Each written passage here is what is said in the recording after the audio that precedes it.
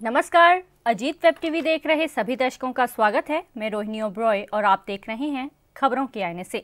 इस वक्त स्टूडियो में हमारे साथ मौजूद हैं अजीत समाचार से न्यूज एडिटर विकास सचदेवा जी। विकास जी, मैं स्टूडियो में आपका बहुत बहुत स्वागत करती हूं। धन्यवाद। तो आज के कार्यक्रम की शुरुआत हम अपने कुछ खास मुद्दों से करेंगे।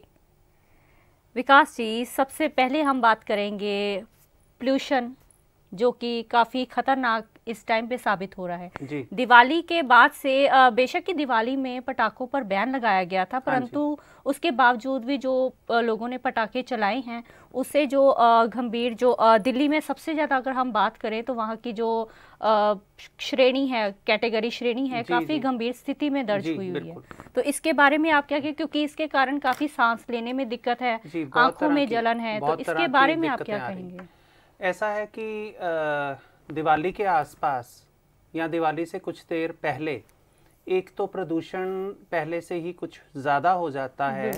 उसकी वजह यह है कि दिवाली से कुछ अरसा पहले पराली जलाने का जो एक ट्रेंड है वो चलता है, वो शुरू हो जाता है, पराली जलनी शुरू हो जाती। उसकी वजह से एक तो वायु प्रदूषण बहुत ज़्यादा हो जाता है। उससे जो धुआं उठता है वो उससे आंखों में, गले में जलन, खराश होने लगता है। बिल्कुल। और विजिबिलिटी बहुत कम हो जाती है कई बार तो। उस पर सुप्रीम कोर्ट ने कुछ सख्ती भी की, लेकिन उसके बावजूद भी लोग बाज नहीं आए इससे कि पराली जला रहे हैं लगातार। उसके बाद आ जाती है, जब दिवाली की बात करें तो दिवाली पर पटाखों की वजह से बहुत ज़्यादा प्रदूषण होता है। इस बार सुप्रीम कोर्ट ने सख्ती से ये कहा कि दिवाली पर पटाखे ना चलाए जाएं, ग्रीन दिवाली मनाई जाए, हरित पटाखे चलाए जाएं। लेकिन उसके बावजूद भी पंजाब में बहुत ज़्यादा पटाखे चले। हालांकि प्रदूषण हम अगर कहें तो जो प्रदूषण कंट्रोल बोर्ड है उसके आंकड़ों की अगर हम बात करें तो उसके हिसाब से पिछले साल की तुलना में या पिछले सालों की तुलना में इस बार जो प्रदूषण था वो 18% कम था। बिल्कुल 18% कम था। ये कुछ राहत की बात है। लेकिन इसके बावजूद रात को 12 बजे से लेके 2 बजे का समय जो है, जो दिवाली वाली रात की अगर बात करें तो रात को 12 बजे से 2 बजे तक जो है वो विजिबिलिटी 0 के बराबर हो गई थी। इतना ज्यादा सड़कों पर और आसमान में और बिल्कुल वातावरण में धुआं हो चुका था कि कुछ भी बिल्कुल नजर नहीं आ रहा था, बिल्कुल नजदीक से भी। तो इस तरह की अगर हम बात करें कि दिवाली मनाने की बात करें तो दिवाली जरूरी नहीं है कि सिर्फ पटाखे चलाकर ही मनाई जाए या बम फोड़कर ही मनाई जाए। दिवाली का मतलब है दीपोत्सव, दीपावली। तो दीप जलाएं, प्रेम के दीप जलाएं और साथ में खुशी के दीप जलाएं, तो अपने आप सब तरफ हरियाली भी होगी, खुशी भी होगी। बिल्कुल। पर लोगों का मन होता है कि हम पैसे वेस्ट करें, उसके बाद बेशक उनको जो शांति मेरी निजी राय है वो मैं ये समझता हूँ कि पटाखे फोड़ना वेस्टेज ऑफ मनी है। बिल्कुल। पर लोग सोचते हैं कि दिवाली तब तक नहीं जब तक हम पटाखे नहीं फोड़ते। ये एक बन चुका है ना, ट्रेंड बन चुका है, एक प्रचलन हो गया है। अदरवाइज अगर हम ये सोचें कि एक दूसरे की फिक्र करें, अपने आने वाले पीढ़ी की भी फिक्र करें, अपने बच्चों की फिक्र करें, जो बीमार है मरीज उनकी भी कम से हर किसी का सोचना चाहिए, हर किसी का। और अगर ये वातावरण इसी तरह ही चलता रहेगा तो आने वाले समय में हमें सांस लेने में भी दिक्कत हो जाएगी। बिल्कुल बिल्कुल जी विकास जी, बिल्कुल सही कहा आपने। तो इसके साथ ही हम बात करते हैं, अपने अगले मुद्दे पर आते हैं, पेट्रोल डीजल की जो केंद्र सरकार की ओर से कटौती वैट में की गई है। जी हाँ। उसको लेकर कहते हैं कि उन्होंने दिवाली का एक तरफ से तोहफा ही दिया है। इसके साथ ही अगर हम बात करें तो पंजाब के जो हमारे सीएम हैं चरणजीत सिंह चन्नी, उन्होंने भी एक तोहफा दिया है कि पेट्रोल जो है 10 रुपए घटाया है और जो डीजल है 5 रुपए घटा दिया। तो इसके बारे में आपकी क्या राय है? पेट्रोल डीजल या पहले भी हम इस कार्यक्रम में बात कर चुके हैं कि जब पेट्रोल या डीजल के दाम बढ़ते हैं तो महंगाई एकदम से बढ़ती है। क्योंकि हर चीज, आम आदमी के प्रयोग में लाने वाली हर चीज पेट्रोल और डीजल से जुड़ी हुई है, चाहे वो रसोई गैस हो। क्योंकि कन्वेंस जो है, ट्रांसपोर्टेशन है, वो पेट्रोल डीजल के बिना मुमकिन नहीं है। जब डीजल के दाम बढ़ते हैं, हर चीज के दाम बढ़ जाते हैं, सब्जियों के, फ्रूट के, हर चीज के। उसकी वजह से सरकार, जो केंद्र सरकार है, पेट्रोल डीजल के दाम जो बढ़ते जा रहे थे लगातार, पिछले कई अरसे से, लंबे अरसे से बढ़ रहे थे, तो उस पर केंद्र सरकार चारों तरफ से घिरी हुई थी। बिल्कुल। चारों तरफ से केंद्र सरकार की आलोचना हो रही थी कि सरकार इन दामों को कंट्रोल क्यों नहीं कर सकती। बिल्कुल। तो सरकार ने थोड़ी सी राहत दी है। केंद्र सरकार ने पेट्रोल में 5 रुपए घटाए और डीजल में 10 रुपए, और एक्साइज ड्यूटी कम की। एक्साइज ड्यूटी कम करने के बाद कुछ जो भाजपा के शासित प्रदेश हैं, जहां पे भाजपा की ही सरकार है, उन्होंने वहां पर अपने स्टेट की जनता को और राहत देने के लिए उस पर वैट भी कम कर दिया। तो उसके बाद पंजाब के सीएम चरणजीत सिंह चन्नी जी ने कल कैबिनेट की मीटिंग बुलाई थी रविवार को, और रविवार को उन्होंने कैबिनेट में जो फैसला लिया, उसके बाद प्रेस कॉन्फ्रेंस में उन्होंने बताया कि पेट्रोल पे 10 रुपए कम किए गए और डीजल पे 5 रुपए कम किए गए, जिससे पंजाब की जनता को कुछ राहत मिली है। और अब जो पेट्रोल के दाम हैं वो 95 रुपीज़ के आसपास हो गए हैं पंजाब में, तो इससे थोड़ी राहत मिली है। और इससे हो सकता है कि आने वाले दिनों में महंगाई पे भी थोड़ा सा कंट्रोल हो। जिस तरीके से एक तेजी से महंगाई बढ़ रही थी, और अगर हम ये कहें कि खाद्य तेल जो हैं, खाने वाले तेल हैं, रसोई गैस है, हर चीज की दामों में बढ़ोतरी हो रही थी, तो उस पर थोड़ा सा नियंत्रण शायद हो सके, आने वाला समय ही बताएगा। जी बिल्कुल विकास जी।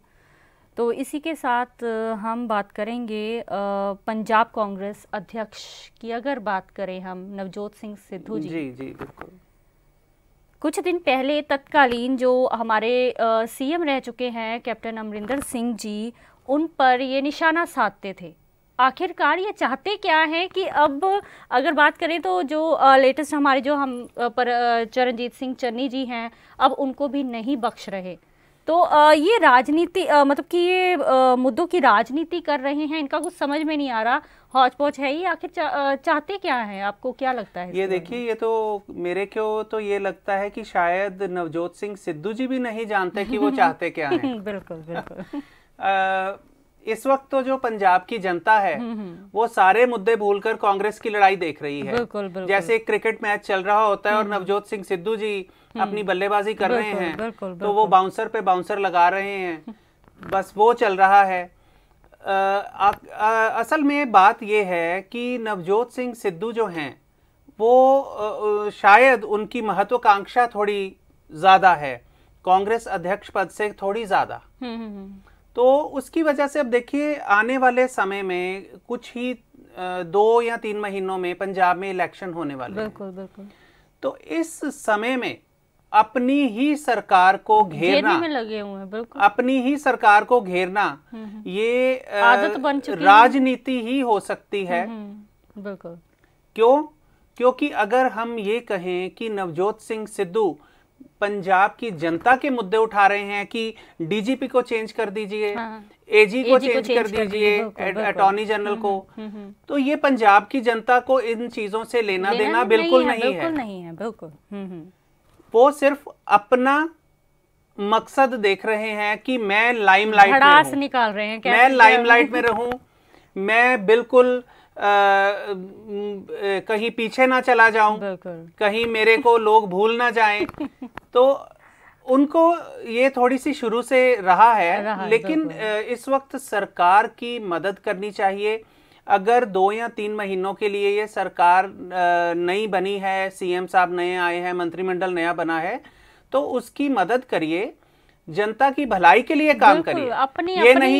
ये नहीं कि आप जनता को एक मूक दर्शक बनाकर अपनी लड़ाई लड़े और जनता को कहिए कि देखिए मैं ऐसे भी कर सकता हूं। बिल्कुल बिल्कुल बिल्कुल।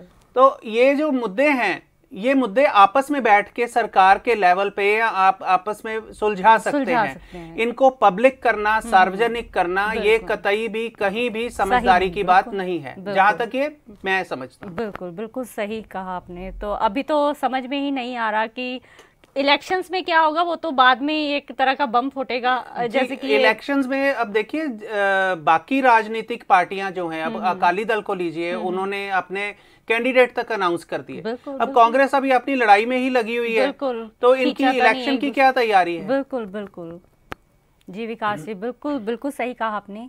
तो इसी के साथ हम अपने अगले मुद्दे पर आते हैं। बात करें, पिछले हफ्ते में एक खबर आई थी कि जो अमेरिका के छात्र हैं उनका जो गणित है वह काफ़ी, गणित में और साइंस में उनका प्रदर्शन काफ़ी लो कह सकते हैं कि उनका लो काफ़ी है। तो वहाँ की जो कंपनीज है वो मैथमेटिक्स और साइंस में कुशल लोगों को रखने के लिए मजबूर हो रही हैं। अगर बात करें तो एशिया के लोग जो हैं वहाँ अच्छी होस्ट पर हैं इस बारे में, तो क्या कहेंगे आप? अमेरिका में मैथमेटिक्स की निपुणता को लेकर बहुत एक लंबे समय से, बहुत देर से, बहुत लंबी चर्चा चल रही है और वहाँ पर गणित में निपुण लोगों की बहुत ज़्यादा कमी पाई जा रही है।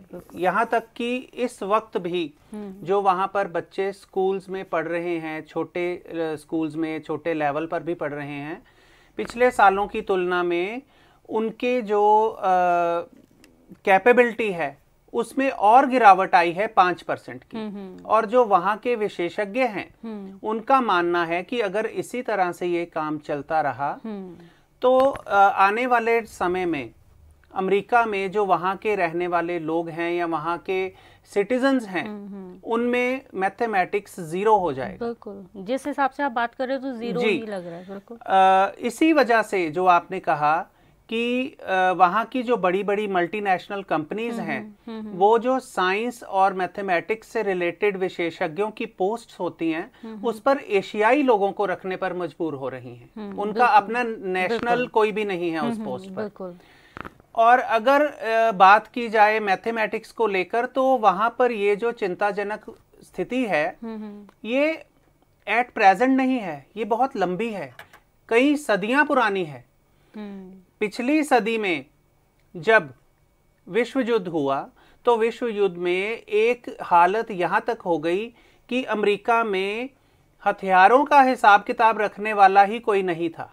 उनके पास उन लोगों की इतनी कमी आ गई कि जिनको आंकड़ा पता ही नहीं कि आंकड़े क्या चीज होते हैं या हथियारों की कैसे हमने हिसाब कैसे रखना है। बिल्कुल।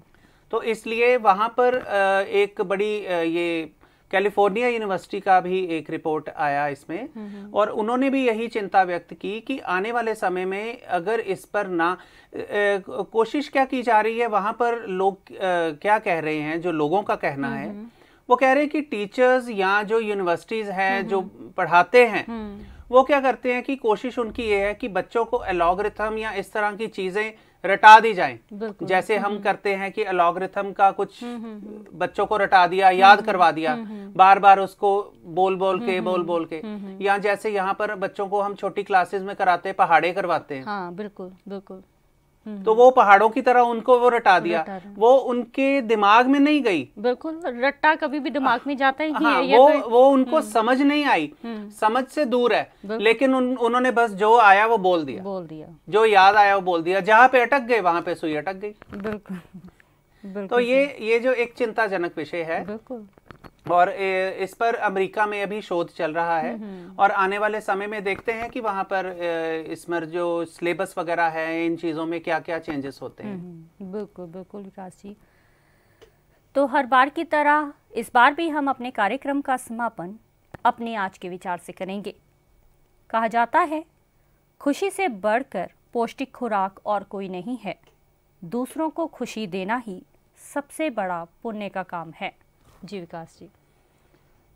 जैसे शरीर के लिए पौष्टिक आहार बहुत ज़रूरी है, हम कहते हैं कि हमें फल लेने चाहिए, दूध लेना चाहिए, पौष्टिक आहार लेना चाहिए, वैसे ही एक खुशी भी एक ऐसी चीज़ है जो शरीर की पौष्टिकता को बढ़ाती है। अगर मन खुश है तो आपका तन भी खुश रहेगा।